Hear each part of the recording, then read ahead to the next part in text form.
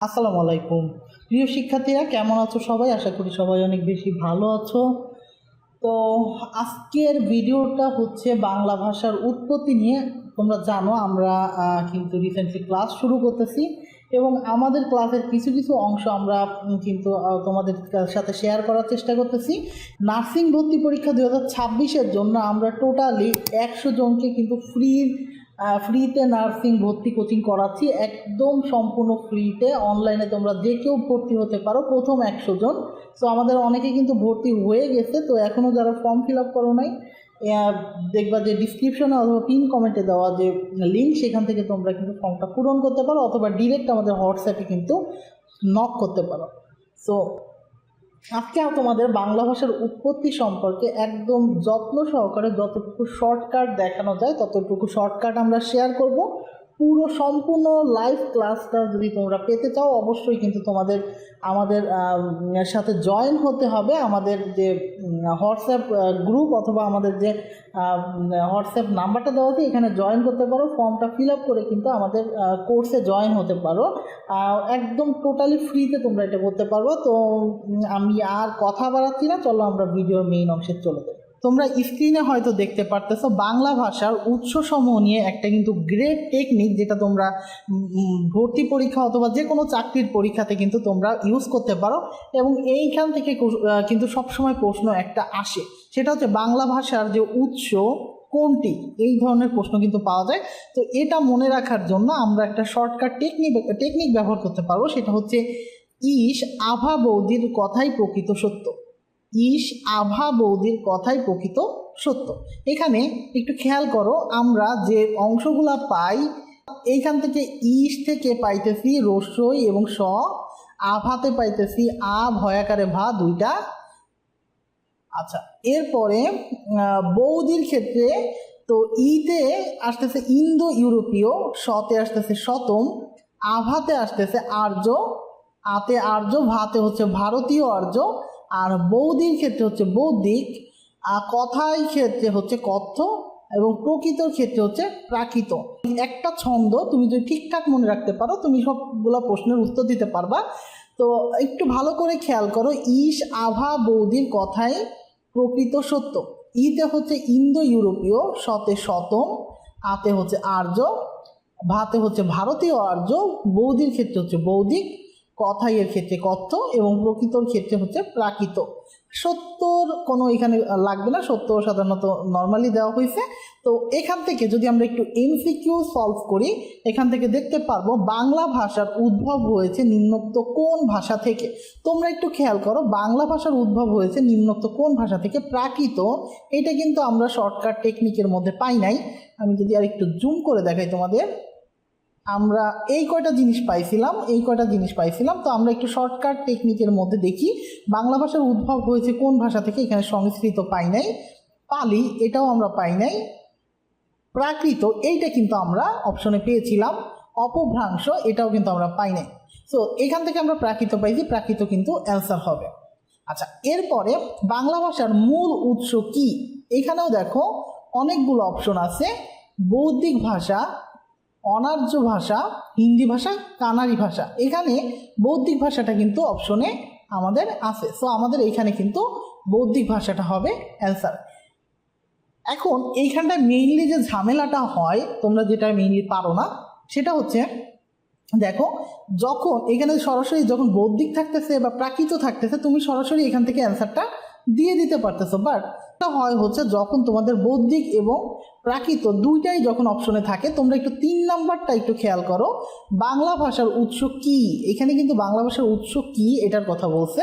এখানে বৌদ্ধিক, প্রাকৃত, আর্য, কানাড়ি ভাষা, এখান থেকে এই তিনটাই কিন্তু অপশনে আছে। দেখো, প্রথমে ছিল ইন্দো ইউরোপীয়, তারপরে শতম, তারপরে হচ্ছে আর্য, তারপরে ভারতীয় আর্য, বৌদ্ধিক, কথ্য, প্রাকৃত। কিন্তু এখানে কিন্তু তিনটাই অপশনে আছে। সেক্ষেত্রে তুমি কোনটা উত্তরে দিবা? এই তিনটার ক্ষেত্রে একটু খেয়াল করো, বৌদ্ধিক, প্রাকৃত, আর্য তিনটার কিন্তু সিরিয়াল এক না। এখানে যদি আমরা প্রথমে দেখি, ইন্দো ইউরোপীয় 1 নম্বরে ছিল। আমি একটু কালারটা চেঞ্জ করে দিই, তাহলে তোমাদের দেখতে সুবিধা হবে। আচ্ছা, 1 নম্বরে দেখো আমাদের ইন্দো ইউরোপীয়, এটা ছিল 1 নম্বরে। এরপরে শতম ছিল 2 নম্বরে, 3 নম্বরে ছিল আর্য, 4 নম্বরে কিন্তু ভারতীয় আর্য, 5 নম্বরে বৌদ্ধিক, 6 নম্বরে কত্ত, 7 নম্বরে হচ্ছে প্রাকৃত। তাহলে আমাদের বৌদ্ধিক ভাষা কিন্তু কয় নম্বরে? 5 নম্বরে। বৌদ্ধিক ভাষা পাইছিলাম 5 নম্বরে, প্রাকৃত ভাষাটা কিন্তু 7 নম্বরে, আর আর্য ভাষাটা হচ্ছে দেখো আর্য ভারতীয় আর্য, তো আর্য ভাষাটা 3 নম্বরে। এইখানটায় খেয়াল করবা যে যে 3টা বা 4টা অপশনই এখান থেকে যদি 4টাই থাকতো, কোনটা সিরিয়ালে 1 নম্বরে বা 2 নম্বরে, কোনটা সবার আগে আছে? তো এই 3টার মধ্যে সবার আগে কিন্তু আছে আর্য ভাষা। তো সবার আগে যেহেতু আর্য ভাষা হবে, এখানে কিন্তু এইটা হবে কারেক্ট অ্যান্সার। ঠিক আছে, আমার মনে হয় জিনিসটা বুঝতে পারছো। তো প্রথম ক্ষেত্রে আমরা একটু খেয়াল করব যে এইখানে কয়টা একই ধরনের অপশন আছে। যদি এখানে 3টা থাকতো বা যদি এখানে 4টাই থাকতো, সেক্ষেত্রে সিরিয়াল নাম্বারে যেটা প্রথমে আছে আমরা সেটা অ্যান্সারে দিতাম। তো আমার মনে হয় এই টেকনিকটা ব্যবহার করে এখন থেকে আর কারো এই ধরনের এমসিকিউ আর ভুল যাবে না। সো আশা করা যায় এই 3টা এমসিকিউ আমরা সলভ করতে পেরেছি এবং এই এমসিকিউগুলো কিন্তু পরীক্ষায় আসে। আচ্ছা, এবার আমরা একটু আরেকটা শর্টকাট দেখি, সেটা হচ্ছে ঘোষ, অঘোষ, তারপরে তোমার অল্প প্রাণ, মহাপ্রাণ, এই ধরনের প্রশ্নগুলো কিন্তু আসে। কোনটা কণ্ঠধ্বনি, কোনটা তালব্য ধ্বনি, কোনটা মূর্ধন্য ধ্বনি, অর্থাৎ ধ্বনি নিয়ে এই প্রশ্নগুলো কিন্তু আসে। তো এই প্রশ্নগুলোর ক্ষেত্রে আমরা একটু খেয়াল করবো একটা শর্ট টেকনিক, সেটা হচ্ছে কত মদ। ওয়াও, আমরা বলি না কত মদ, দেখ, বা এখানে বলতেছি কত মদ। ওয়াও, তো কতে হচ্ছে কণ্ঠ, ততে হচ্ছে তালব্য, আর মতে হচ্ছে মূর্ধন্য, দতে হচ্ছে দন্ত, আর ওতে হচ্ছে ওষ্ঠ। তো আমরা মনে হয় এটা সিরিয়াল বাই লিখেও নিতে পারি, যদি আমাদের পরীক্ষায় আসে আমরা একটু আলাদা করে কোথাও একটু রাফের মতো করে লিখে নিতে পারি।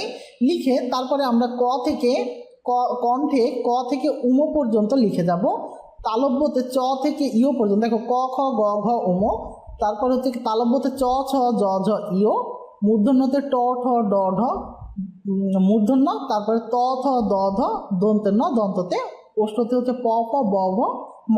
তো এইখানে জাস্ট আমরা ডিভাইড করব ক খ, অর্থাৎ এই যে যতটুকু আছে এইটুকু আমরা রাখবো হচ্ছে, এইটুকু হচ্ছে অঘোষ বর্ণ, আর এই পরেরটুকু হচ্ছে ঘোষ বর্ণ। অর্থাৎ আমরা একটু এটা আমাদের মতো করে বানাই নিব, মানে এটা আমাদের মতো করে নিয়ে নিব। অর্থাৎ এইটুকু হচ্ছে অঘোষ বর্ণ, এইটুকু হচ্ছে ঘোষ বর্ণ। এটা আমরা একটু রাফ করে নিলেও আমাদের কিন্তু ভুল যাবে না। তো এখন দেখো এই যে প্রথম যে বর্ণগুলো, এগুলো হচ্ছে অল্প প্রাণ, পরেরটা মহাপ্রাণ, আবার পরেরটা অল্প প্রাণ, পরেরটা মহাপ্রাণ, এভাবে করে আমরা লিখে নিব। এরপরে হচ্ছে নাসিক্য। এখন যদি পরীক্ষায় কোনটা আসে, কোনটা নাসিক্য বর্ণ, কোনটা অল্প প্রাণ, কোনটা মহাপ্রাণ, সবগুলা কিন্তু তুমি অ্যান্সার করতে পারবা। তো আশা করি জিনিসটা বোঝা গেছে। এরপরে আমাদের দেখো আমাদের প্রয়োজনীয় কয়েকটা জিনিস যদি আমরা বলে দিই, যেমন মৌলিক স্বরধ্বনি আছে 7টা, স্বরধ্বনি কয়টা, ব্যঞ্জনধ্বনি কয়টা, তারপরে মৌলিক স্বরধ্বনি হচ্ছে 2টা, ওই এবং ও। আর ক থেকে ম পর্যন্ত 25টি বর্ণকে স্পর্শ বা বর্গীয় ব্যঞ্জন বর্ণ বলে। শীর্ষ ধ্বনি হচ্ছে তালেবর্ষ, পেট কাটা, মূর্ধন্য, দন্তের স। এরপর হচ্ছে উষ্ম ধ্বনি হচ্ছে হ, তালেবর্ষ, পেট কাটা, ওটার মূর্ধন্য, আর হচ্ছে দন্ত স। কম্পন জাত ধ্বনি হচ্ছে র, তারণ জাত ধ্বনি হচ্ছে ড, র, অ, র। তারপরে হচ্ছে অন্তস্থ ধ্বনি হচ্ছে ল, জ, র, ব। এটা যদি আমরা একটু মনে রাখি, এটা আমরা সহজে মনে রাখতে পারি।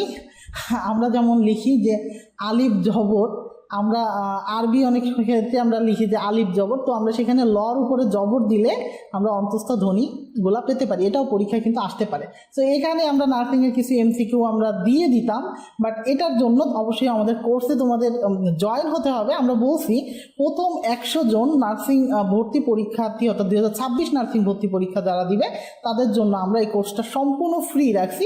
এখনও যারা ভর্তি হও না তারা কিন্তু আমাদের কোর্সটায় জয়েন হতে পারো, এবং আমরা হচ্ছে তোমাদের প্রত্যেক সপ্তাহে ক্লাস নিব, এবং আমরা তোমাদের একটা বছর নার্সারিংয়ের মাধ্যমে কিন্তু তোমাদের প্রপার প্রস্তুতিটা আমরা নেওয়াবো।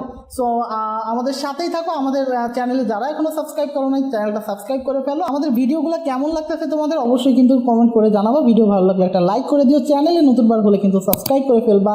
আমাদের ওয়েবসাইট ব্যবহার করে কিন্তু রেগুলার কিন্তু তোমরা আপডেটগুলো পেতে পারো। এছাড়া কিন্তু আমাদের ওয়েবসাইটের ওয়েব ভার্সনে ঢুকে তোমরা আনলিমিটেড এমসিকিউ মডেল টেস্ট দিতে পারো।